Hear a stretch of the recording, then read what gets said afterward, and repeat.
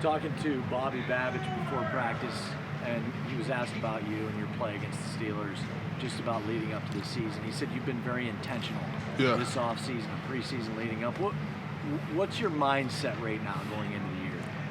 I'd say my mindset is really just to go out there, game, practice, walk through, just lift, whatever it is, just keep on getting better, keep on chipping away, keep on putting the work in, and just making sure that I'm doing my part out there. I'm one of the 11 dudes flying around on the field, and I'm giving max effort at all times. And I'm also being intentional, like Coach said, and just trying to better myself because I know if I play better, it helps the team in the long run.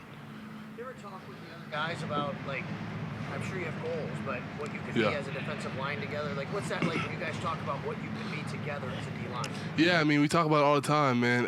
Ed, DQ, Vaughn, AJ Smoot, like just we're always reflecting on what we can do better and how we can affect games coming up here in the near future this season. And it's definitely something that motivates us being able to go out there, whether it's like 2-minute or just even in the run game, being able to stop the run up front with 6, just things like that. We're always talking about them and reflecting on them. A pass rush rep is so fast, right? Like you really could be talking about 2-3 seconds. Yeah. Do you feel like since your rookie year to now, you have so many more answers when things maybe don't go well early in the rep?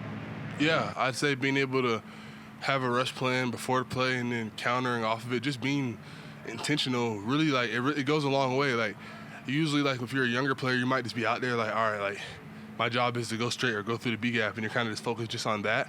But, I mean, as you get older and as you get more experience, you're like, all right, I'm going to try this, but then if that doesn't work to the outside, I'm going to try to counter, swim back inside, or power, arm over, whatever it is, you know what I'm saying? Like, having a plan goes a long way, and I feel like with the more experience you have, you'll be able to formulate more plans and really execute them in times like the games.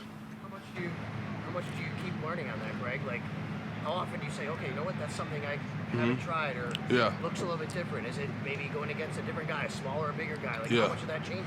Yeah, I mean, you should definitely change it up a little bit when you go against a smaller, bigger guy, but at the end of the day, like, everybody has their own skill set, kind of, and even as a pass rusher, you're probably only going to have a couple of moves that really work for you and the way you move in your body type. Like, you can't be doing, like, a million things out there, you know what I'm saying? So just having 2-3 go-to moves and having a counter off of them, like, all right, if I double swipe and this doesn't work, I'm countering back inside in this way, shape, or form. Like, just knowing, like, be you out there and do it confidently, I feel like that goes a long way.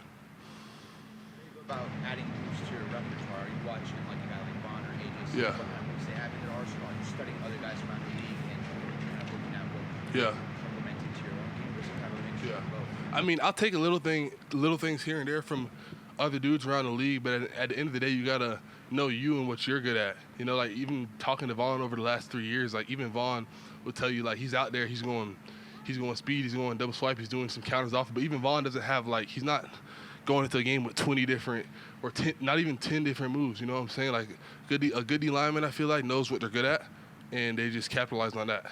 When you try to keep adding, or when you think about pass rush, you also can't lose your edge setting, right? Yeah. As a run defender, you've been good at it in your career. Like, how important is it to kind of make sure you still keep that part of your game where it should be?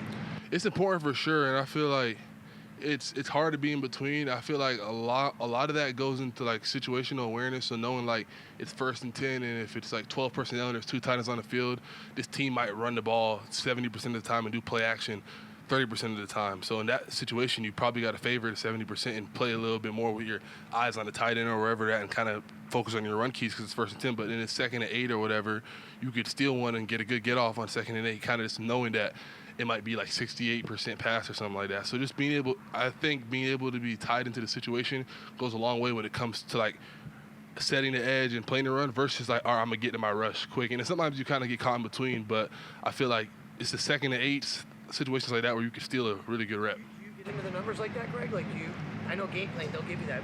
Will you study that and say 2nd and 8, they're percentage-wise, they like to do stuff like that? Do you think about that?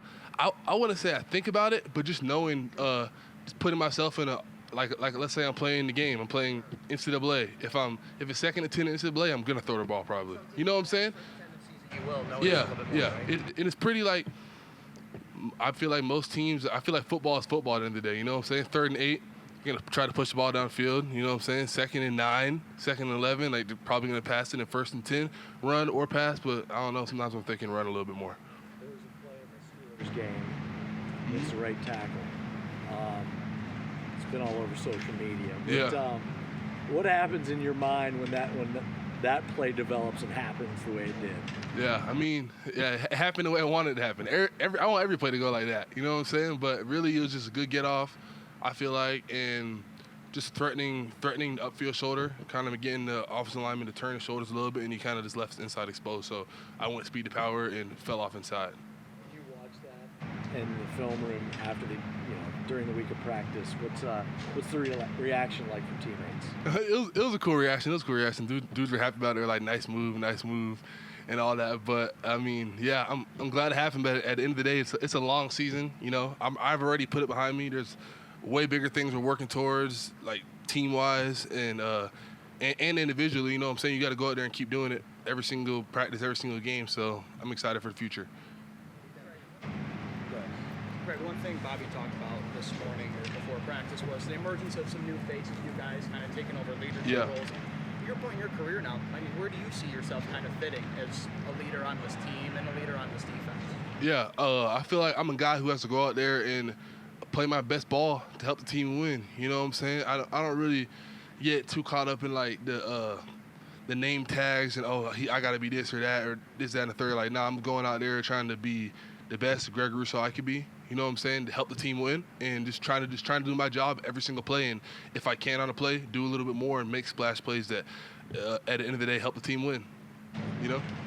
Last preseason game this week, Sean said the starters are not playing.